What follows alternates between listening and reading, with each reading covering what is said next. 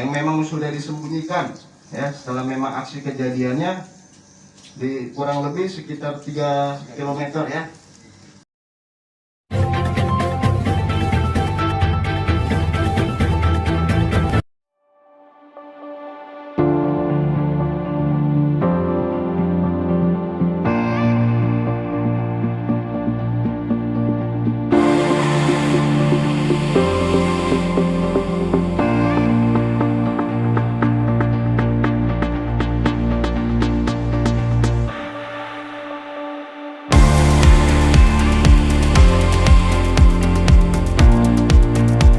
Untuk yang kami amankan sampai di sini ada beberapa.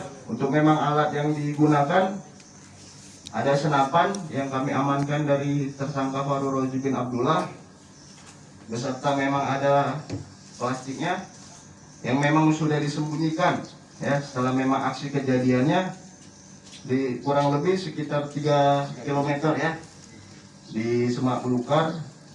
Memang upaya paksa yang kita lakukan alhasil menemukan hasil alat yang digunakan.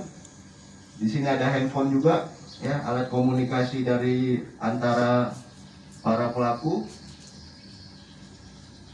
Ada juga di sekitaran TKP barang-barang korban, ada sepatunya, ada juga pakaian yang digunakan ketika memang menjadi korban, dan memang ada satu balok kayu yang memang keterangan yang disampaikan dari beberapa saksi yang dibawa kemana-mana untuk berjaga-jaga mengantisipasi ada serangan.